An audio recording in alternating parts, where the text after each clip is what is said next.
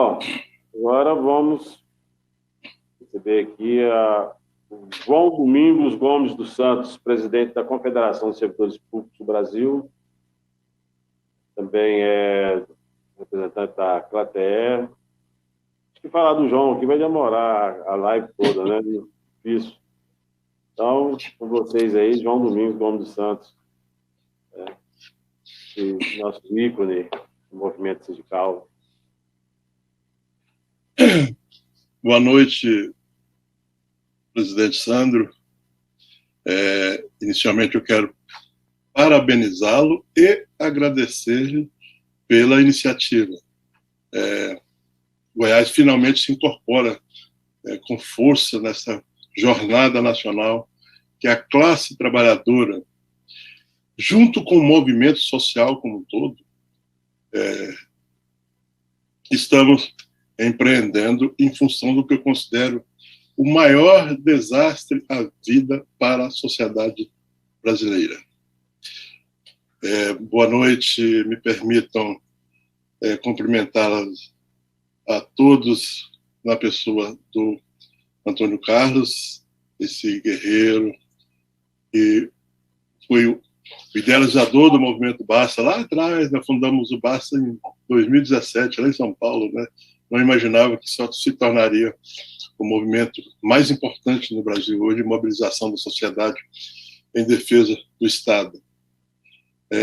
Cumprimentá-los a todos os demais e também me permitam cumprimentar as mulheres, na pessoa da Fátima Helena. Aproveito para lhe agradecer publicamente, Fátima, pelo seu empenho, que extrapola suas funções do seu trabalho e se dedica como uma guerreira, já é a guerreira do movimento também. Antes de entrar no tema propriamente dito, me permite, eu queria passar algumas informações. A primeira é que nós estamos transmitindo ao vivo para os canais de Facebook de algumas entidades. E com isso eu quero agradecer ao Valmir Ribeiro e ao Carlão, que juntos compõem a equipe profissional de comunicação da CSPB, uma equipe que hoje substitui o que era antes da CSPB, era um andar inteiro só de mídia, só de departamentos, não era, Cosmo? Era estúdios de televisão, de rádio, central de multimídia e tal, etc., etc. Com a crise que se abateu sobre o movimento sindical, isso foi geral, hoje nós reduzimos a 2 pessoas com alguns celulares e alguns equipamentos de uso próprio, como é o caso do Carlão, conseguiram não deixar perder nem o volume, muito menos a qualidade. Até aumentou o nível de divulgação das nossas entidades, que não é só a CSPB é a Nova Central, é o Portal da Vacina, é o Movimento Basta, é o FST, tudo dando sustentação. E essa potência dessa equipe se materializou agora nos dias, que dia foi o ato lá em Brasília? 28 e 29, foi o ato que nós fizemos a transmissão ao vivo para o Brasil inteiro do ato, exclusivamente com essas 2 pessoas aqui, que substituiu uma equipe que seria contratada por R$20 mil, e eles fizeram sem ganhar um centavo. Esses reconhecimentos precisam ser feitos. Eles traduzem o heroísmo de quem está na luta ainda hoje. Hoje as pessoas estão por vocação, por compromisso, por ideologia, por uma série de motivos que são todos virtudes. E precisa esse reconhecimento, porque esse reconhecimento é que é essa energia que faz a gente não parar, que faz a gente mover para frente, sempre. Mover para frente, sempre. Então, eu quero com isso agradecer a todos. Quero saudar aqui agora com muita ênfase a chegada do companheiro Sérgio Arnaud, que entrou e saiu. Cadê você, Sérgio Arnaud? Sérgio Arnaud acabou de entrar, quero voltar, eu cumprimento devidamente, que é o presidente da CSB lá do Rio Grande do Sul, inclusive, e dirigente e diretora da CSPB, diretora do Assunto Internacional. Quero dar também uma outra notícia, essa agora é grave.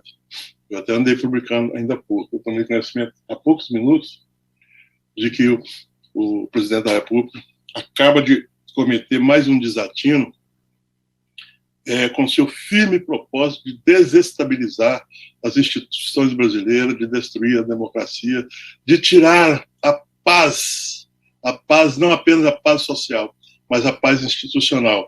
Ele acaba de protocolar o pedido de impeachment de um ministro do Supremo, do ministro Alexandre, e todos sabem que isso jamais vai acontecer isso, mas que é o único propósito de manter a sua trupe mobilizada, embebecida com essa coisa toda de atos de loucura e fake news dia a dia. Então, também comunico que isso acabou de acontecer, mais esse ato. Bem, agora vamos ao tema de hoje, que é a PEC 32. E aí já começo parabenizando os que me antecederam e dizer, inclusive, que ao final dessa palavra, a parte mais importante de um evento como esse não é o que o Antônio Carlos, o Sandro, o Fábio, eu, o Cosmo estamos falando. O mais importante é a interação com vocês. A gente que está nessa luta no nível nacional, não quer dizer que a gente saiba mais do que ninguém, quer dizer que a gente aprende mais, tem a oportunidade de aprender mais. Cada evento como esse é uma troca de aprendizado.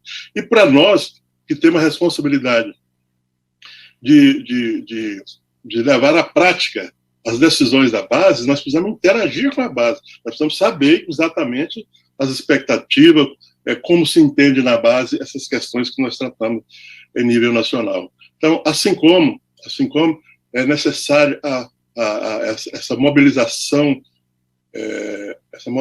de militância, como reclamou o Cosme, isso é fundamental, é também necessária essa interação na qualificação do debate. Um tema como esse, nós precisamos urgentemente qualificar nossos atores sociais, principalmente os dirigentes sindicais, porque ninguém, nem na Câmara dos Deputados, eu diria que nem 20% entende do que estão votando. Então, é muito cobrado o cidadão, cobrado do dirigente sindical que entenda. O Sandro estava falando aqui que a maioria não confunde PEC com PIX. Mas, guardadas as proporções, lá no Congresso Nacional, na Câmara dos Deputados, sobretudo, é impressionante. As pessoas não sabem e não querem saber.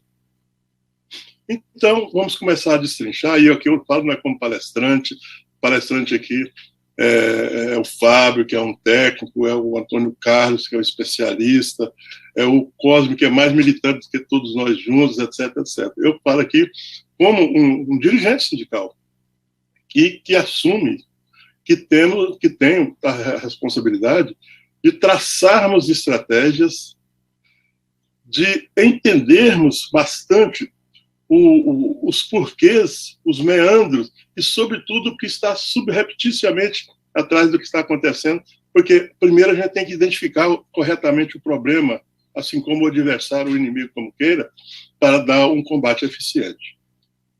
Eu sempre começo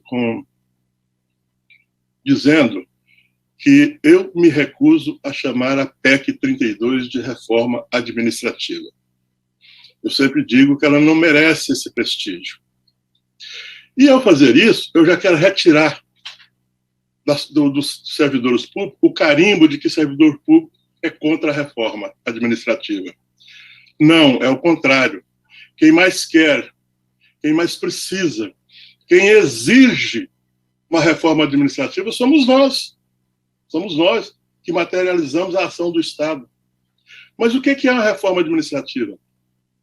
A reforma administrativa que venha aprimorar o trabalho, aprimorar a ação do Estado, que venha profissionalizar os servidores públicos, que venha, sobretudo, profissionalizar a gestão pública para que ela passe a ser profissional, e a gestão profissional é aquela feita pelos próprios funcionários, que o resto é curioso, que trata de interesse político, interesse de gestão e não de Estado.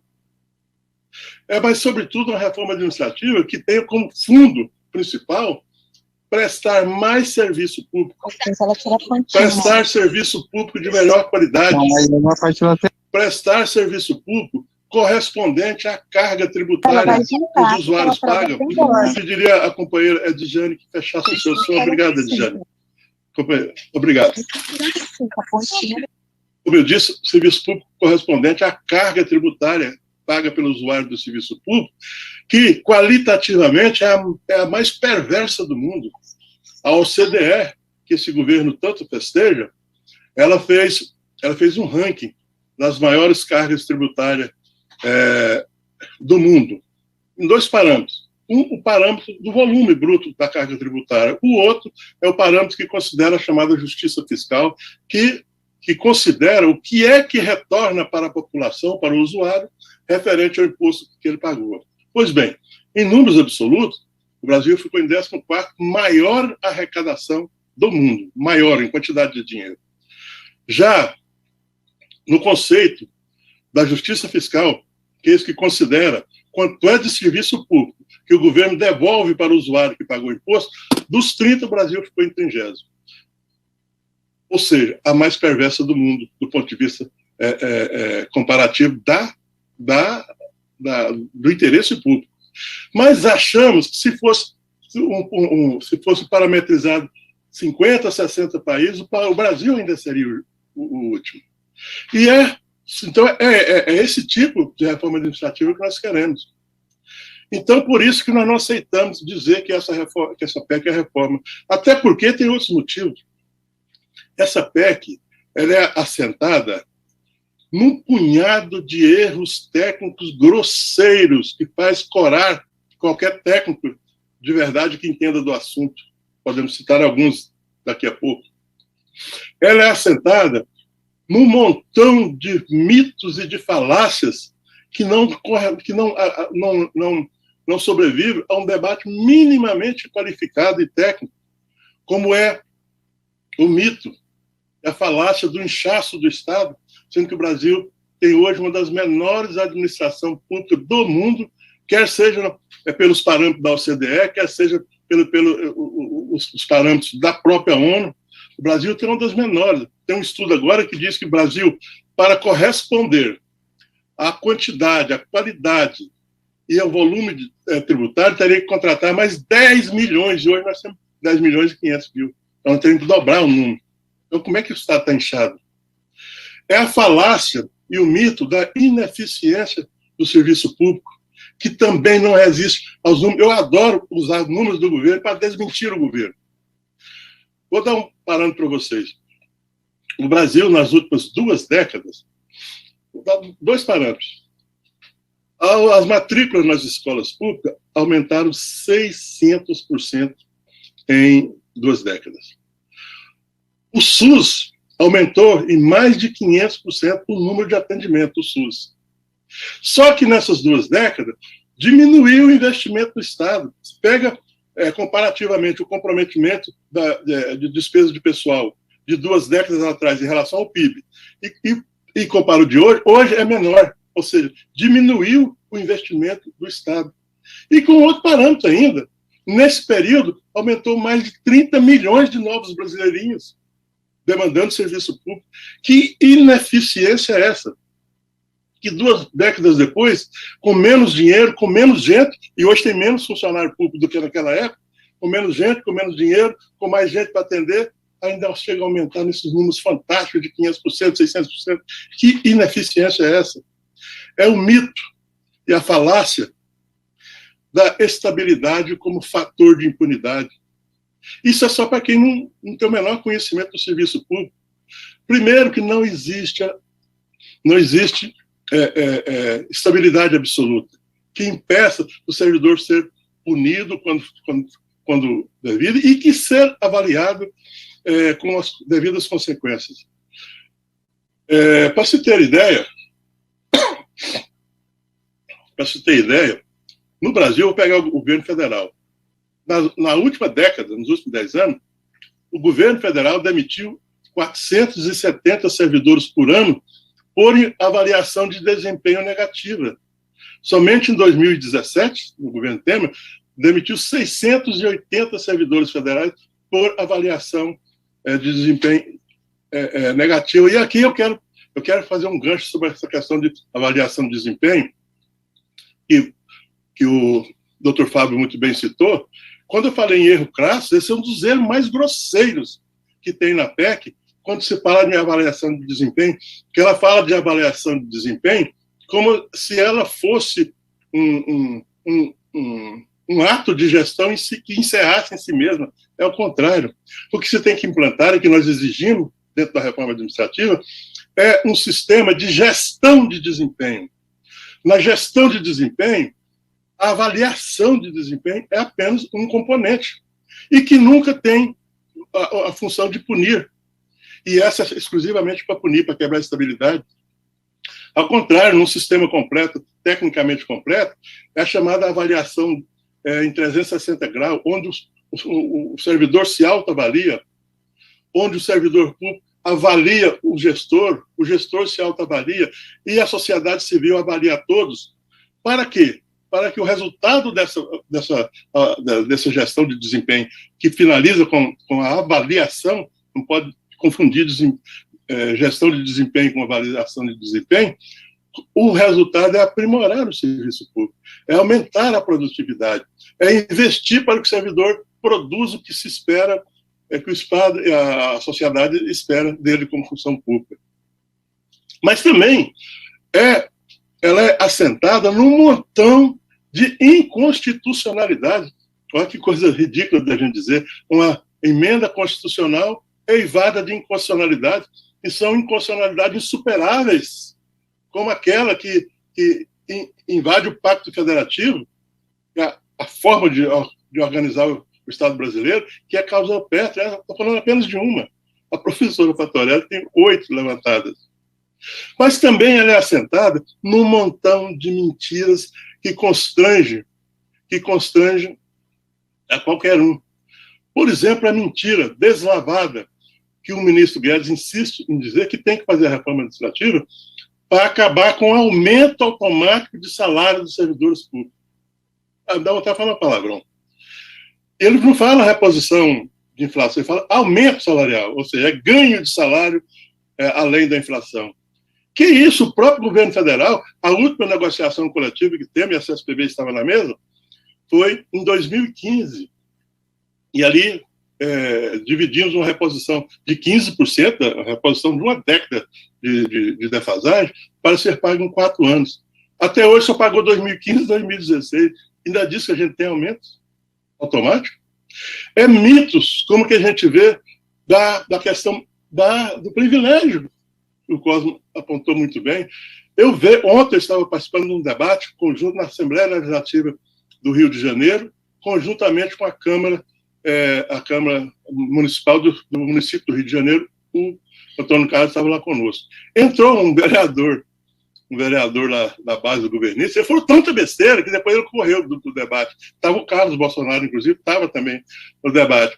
Ele falou, por exemplo, que tem que acabar com a reforma administrativa, porque é um absurdo. Funcionário público, quando precisa ser punido, ele é punido com aposentadoria. Você tem que punir a público com aposentadoria. Ele diz que é um absurdo pessoas que ganham alto salário e que fura teto, etc. E por aí, com essas baboseiras todas, quando exatamente tudo que ele falou, que ele atacou, foi preservado nessa reforma. Inclusive, sobre salário acima do teto, eu devolvo essa acusação para o governo. Tem a lei do teto salarial por quem tem que cumprir o governo. E ele não cumpre, quer saber de uma coisa mais? Esse governo aumentou, ele criou um novo fura-teto para si mesmo, para os governos, que os militares que estão no governo ganham até 70% acima do teto. E eles estão dizendo em combater quem ganha acima do teto. Ou seja, tudo que se falar em reforma administrativa, essa PEC é exatamente o contrário do que seria. Por isso que eu não aceito chamar de reforma administrativa. Então, tem que identificar, afinal de contas, o que é essa PEC. Ela é 2 coisas muito importantes. Muito importantes. Primeiro, ela é um mecanismo de ajuste fiscal. Segundo, ela é um módulo político ideológico. E eu não sei qual dessas 2 dimensões é pior, é mais perversa. Se fazer ajuste fiscal em cima de aniquilar o serviço público em plena pandemia, e essa pandemia desconstruiu totalmente o discurso da desnecessidade do Estado, não for o serviço público, nós estaríamos contando hoje na casa de milhões e milhões de pessoas mortas. Então, fazer esse tipo de ajuste fiscal, aniquilando o serviço público em plena pandemia, pode até atender à vocação genocida dessa PEC, vocação genocida dessa PEC, de um governo que gosta de provocar morte. Mas talvez o lado mais perigoso é o fato dela ser um módulo político e ideológico. Por quê? Essa PEC era uma espécie de chassi de um modelo de Estado. O que essa PEC está querendo fazer não é fazer reforma administrativa, é uma reforma de Estado. É impor um novo modelo de Estado, que é o ultraliberalismo.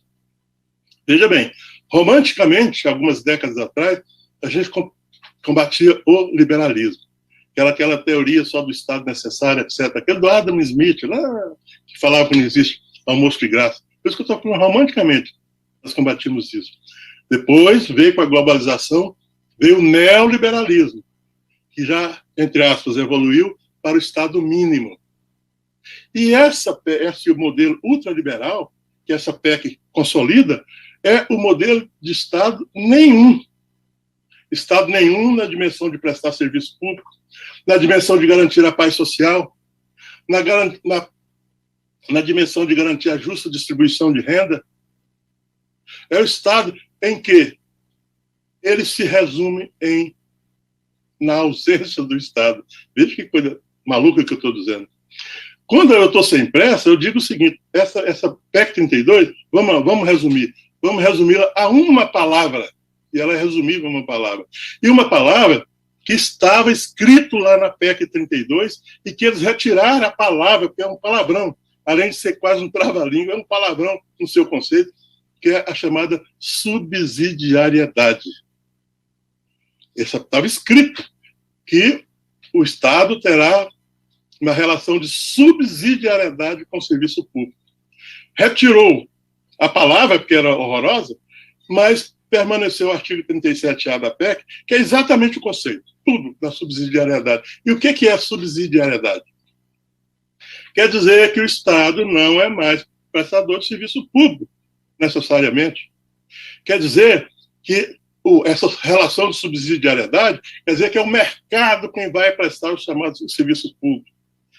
Caberá ao governo remunerar o mercado através do sistema de voucher que o Guedes tanto fala. Isso quer dizer o quê? Em resumo, todo mundo tem que entender isso, e é por isso que essa luta tem que sair do interna corpore do servidor público. É que não vai ter escola pública de graça, não vai ter escola, não vai ter hospital, não vai ter SUS, não vai ter segurança pública, não vai ter a ciência, desenvolvimento de ciência pública. Tudo será prestado pelo mercado, exceto onde o mercado não enxergar a possibilidade de lucrar, exceto onde não atender a ganância do mercado. É isso que é essa PEC, é a subsidiariedade. Então, ao entender isso, eu faço questão de entender para ver que tipo de combate, em que momento, que estratégia que nós temos para combater essa PEC. E, para mim, são três momentos distintos. Primeiro, é o combate político e ideológico. Político e ideológico, porque ela é uma peça ideológica. Ao dizer isso, eu estou dizendo que nós temos que voltar a considerar, a defender, a escancarar a nossa realidade de luta de classe. Por quê? Porque nós estamos em plena guerra, em plena luta de classe. E não é uma luta de classe tímida, ela não é uma luta de classe não identificável, ela é declarada. Esse governo, desde a sua campanha, ele declarou guerra aos pobres, ele declarou guerra às instituições sociais, ele declarou guerra às estruturas do Estado. Então, só esse lado de lá está travando a luta de classe. Então, nós temos que ter essa luta, a luta política e ideológica, para defender o quê? Defender o Estado social e democrático de direito, em contraponto ao Estado liberal de direito, que é o que nós temos. Essa é a grande luta, é a luta pelo modelo de Estado, que ultrapassa a luta apenas pela PEC. Uma outra dimensão E aqui agora eu quero aproveitar muito a presença do Antônio Carlos. Uma outra dimensão é a gente aproveitar as oportunidades que essa PEC nos traz. É a oportunidade de você discutir modelo de Estado com a sociedade, que é um debate que não está no horizonte da sociedade. Muitas vezes, assim como PEC, muita gente não vai saber exatamente o que é modelo de Estado. Mas nós temos a obrigação de levar esse conhecimento, até em contraponto à desinformação que o governo leva. É a oportunidade de aproveitar que essa PEC ela atinge 100% dos cidadãos e cidadãs brasileiras. Em relação ao serviço público, ela atinge o passado, porque atinge os atuais aposentados, sim, prova a hora que quiser. Ela atinge os atuais muito e atinge os futuros, sobretudo. Então, em relação, se você for comparar ela como fator de universalidade da perversia, da perversidão, ela só traz comparação com a, entre aspas, a reforma da Previdência, que atinge todo mundo de mamana caducana. A reforma da Previdência, inclusive, atingiu até quem já morreu, porque prejudicou a pensão que ele deixou para... Veja bem, prejudicou quem já morreu, quem já aposentou, etc. Então, essa oportunidade é de ouro. E aí, ela nos trouxe algo maravilhoso, e eu estou considerando revolucionário, que é que nós estamos construindo o maior sonho, não só do movimento sindical, mas do movimento social brasileiro, que é construir uma verdadeira unidade de ação nacional de todos os setores da sociedade. E nós estamos construindo isso, nós estamos agindo, já estamos, inclusive, com uma agenda carregada de atos unitários. E o grande impulsionador disso foi o Movimento Basta, que nós resolvemos reorganizá-lo agora para lutar. A nossa pauta hoje é exclusivamente a luta contra a PEC 32. Mas uma luta de forma que a luta ela tem, por exemplo, o principal objetivo de tirar essa percepção que a grande mídia comercial coloca para as pessoas de que PEC 32 é um assunto de funcionário público, que se vira por lá. De que PEC 32 é um assunto adstrito ao movimento sindical e ele que se vire. E não. A PEC 32, nossa luta, não é nem de longe corporativa. O servidor público vai ser mais atingido, sim, porque se aprovada, veja bem, se fosse aprovada, guarde o que eu estou falando, se fosse aprovada, ela atingiria o servidor público, diminuindo seu salário, perdendo o seu emprego, etc, etc. Mas não, a nossa luta você tem que levar para a sociedade, nós estamos lutando, porque se essa PEC passar, você será o seu ente querido, ou até você mesmo, vai morrer na fila do hospital, porque não tem atendimento, porque está colapsado, por falta de gestão pública. Se passar essa PEC, o seu filho não vai ter escola pública para ter um mínimo de competitividade no mercado de trabalho. E por aí vai. Então, essa é a nossa grande tarefa do momento. Levar a nossa luta para e com a sociedade, para e com os usuários de serviço público, ou usuário de serviço público, que é praticamente 100% da população brasileira, ou pelo menos 100% de quem precisa da ação protetora do Estado. Então, para isso, é que nós traçamos uma grande estratégia. Primeiro, de construir a unidade. E essa unidade está sendo construída no Basta. O Basta é um movimento, inclusive na sua forma de organização, é maravilhoso. É uma organização horizontal. Não tem chefe, não tem coordenador geral, não tem nada. Todo mundo é responsável por tudo. Todo mundo é responsável por tudo. E todo mundo tem a obrigação de cada vez agregar mais. E todo mundo que vier é bem-vindo. E é assim que nós estamos hoje como o principal movimento de mobilização nacional e o mais organizado do país. Por quê? Porque ali, no Movimento Basta, estamos todo o movimento sindical. Por exemplo, no setor público, nós conseguimos uma coisa maravilhosa. Nós somos 4 confederações no setor público que, em via de regra, vivíamos trocando cascudo um com o outro. Nós, em nome da unidade, nós resolvemos, vamos primeiro derrotar essa PEC, vamos primeiro derrotar esse modelo, depois nós vamos curtir nossas diferenças. em 2023, por exemplo. Está todo o movimento sindical do setor privado, através, sobretudo, do Fórum Sindical dos Trabalhadores, onde estão as 22 confederações do país, 4 do setor público e as demais do setor privado, que agora entraram de vez nessa luta. Lá estão as 3 frentes parlamentares de defesa do serviço público. São 3, é a frente ampla de defesa do serviço público, presidida pela deputada Alice Portugal e pelo senador Paim. É a frente Servir, que é presidida pelo deputado professor Israel, um grande lutador, e a frente do serviço público, que defende a segurança pública, em torno de quem se criou a UPB, a União dos Policiais do Brasil, que é hoje a categoria mais mobilizada, hoje, e que, generosamente, em função da unidade, deixou de lutar apartadamente dos demais. Hoje, quando eles vão lutar, eles não lutam para si, para o setor de segurança, é para todos.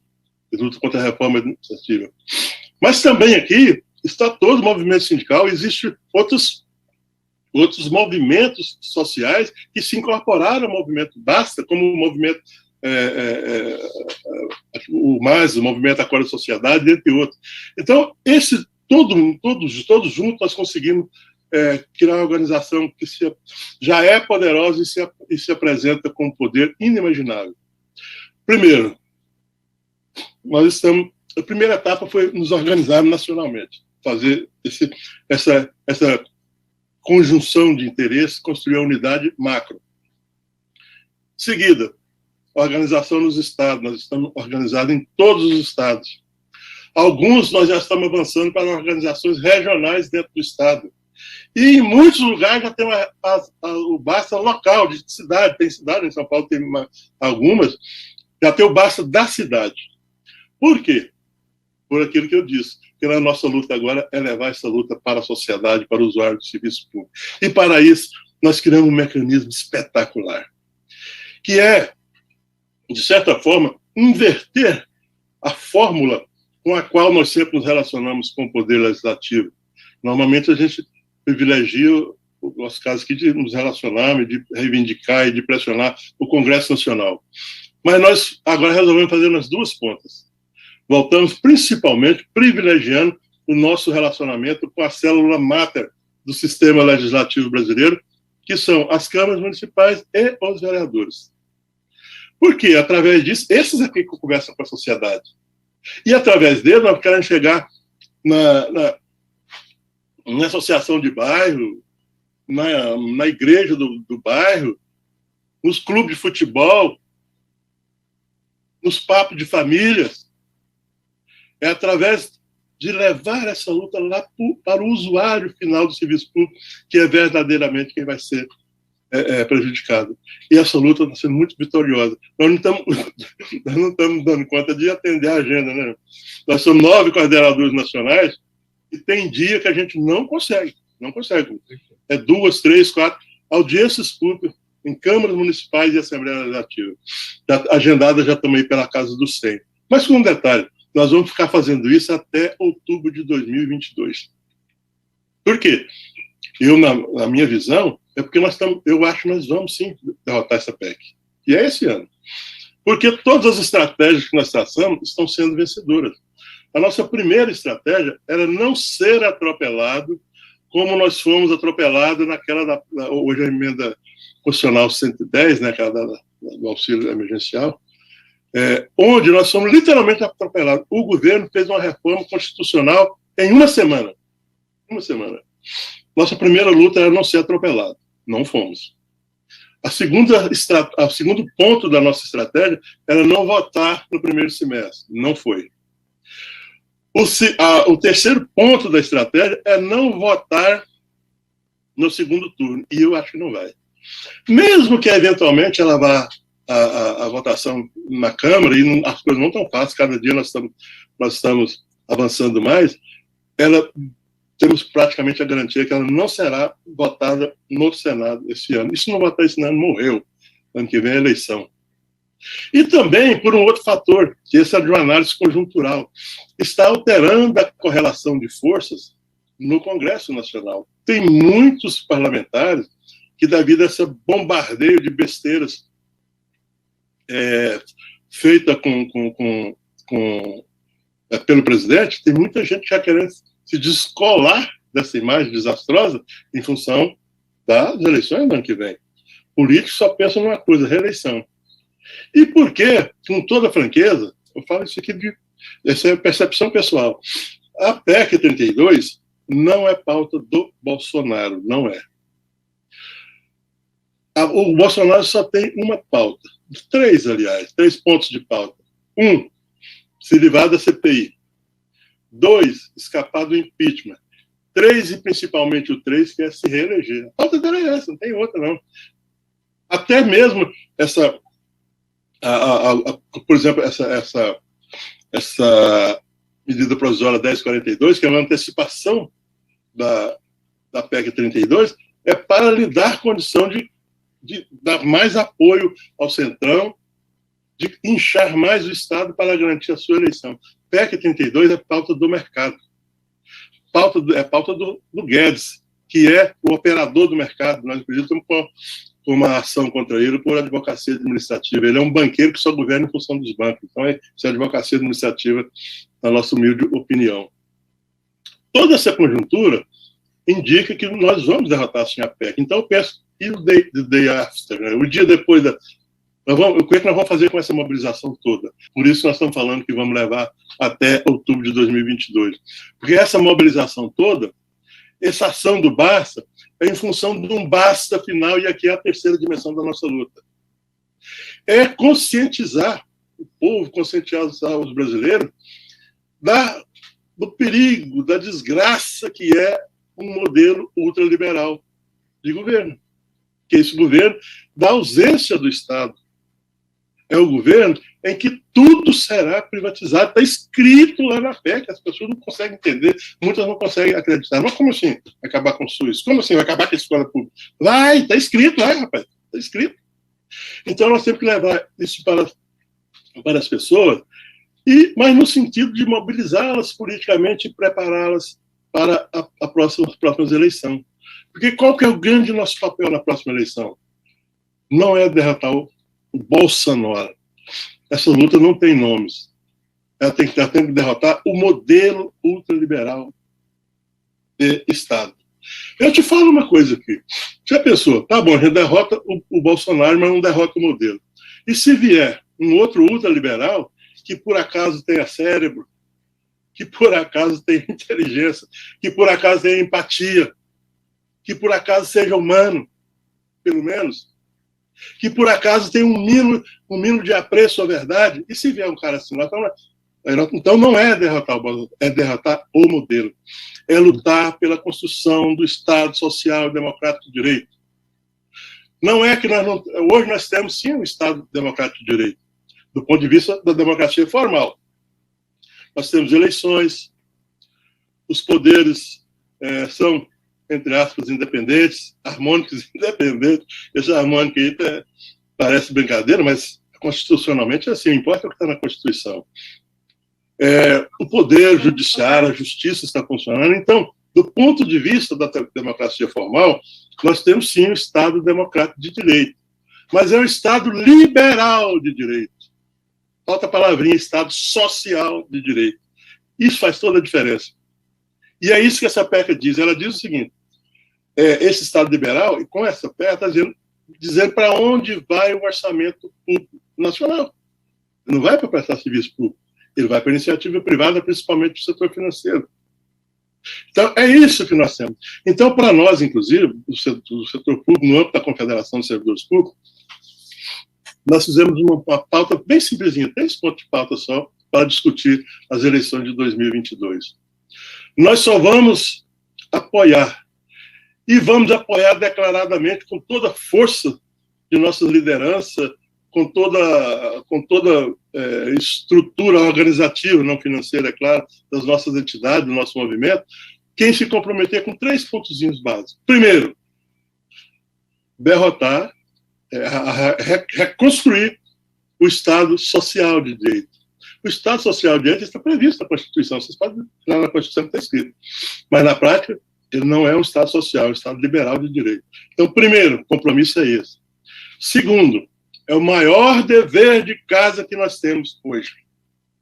Que quem se comprometa a revogar a emenda constitucional 95. A emenda constitucional 95 é aquela que estabelece um teto de gasto, que estabeleceu em 2017 um limite de gasto que só pode gastar o equivalente àquele mesmo orçamento, só que ali estava defasado. O Brasil já está em um processo de caída, de crescimento. Então, congelou em 2017 ao nível de investimento de 2007? 2016. Então, 2016, por exemplo. Só repõe a inflação junho a junho, né? E a despesa crescendo muito mais. Isso. Obrigado, Fábio. Por isso que é bom estar bem assessorado. Então, e congelou por mais 20 anos. Praticamente são de 30 anos de congelamento. 10 para trás e 20 para frente. Mas congelou o quê? Congelou a chamada despesa de custeio e de investimento. Só não congelou a chamada despesas financeiras. E aqui que vem essa questão. Por isso que eu falo derrotar a PEC 95, eu poderia dizer que um dia eu falei uma coisa e eu fui corrigido, eu adorei ser corrigido. Eu disse a PEC 95 é a mãe de todas as outras reformas. Aí o cara falou, a mãe não, é a madrasta, a mãe não faz isso. Eu adorei. Porque a PEC 95, ela constitucionalmente, ela obriga a uma reforma administrativa, a uma reforma da Previdência, a uma reforma tributária, só que nos termos ultraliberais, que é apequenar cada vez mais. Isso quer dizer o seguinte, você tem um bolo, você faz um bolo com uma festa de 10 convidados, e chega 20, o que você tem a fazer? Diminuir a fatia. Então, essa PEC é a lição número 1 que nós, brasileiros, especialmente nós que defendemos o Estado, o serviço público, não apenas o servidor público, deve derrotar essa PEC. E, por último, o terceiro ponto. Veja, o primeiro é o Estado Social de Direito, o segundo é revogar a emenda constitucional 95, e o terceiro, quem se comprometa a acabar com a excrescência que é o sistema da dívida pública brasileira. Esse é o problema que nós temos. O orçamento público nosso hoje, agora previsto para agora, é em torno de 4 trilhões de reais. Nós vamos pagar para de serviço da dívida cerca de 2 trilhões, praticamente a metade. E pagar, o que quer dizer pagar serviço da dívida? Não é pagar a dívida, é você pagar os juros e fazer um novo empréstimo. Então, pagar serviço da dívida é você aumentar cada vez mais a dívida. E se o orçamento público está congelado para serviço público, para despesa de custeio, para investimento, onde o que eles vão fazer? O Brasil vai voltar a crescer.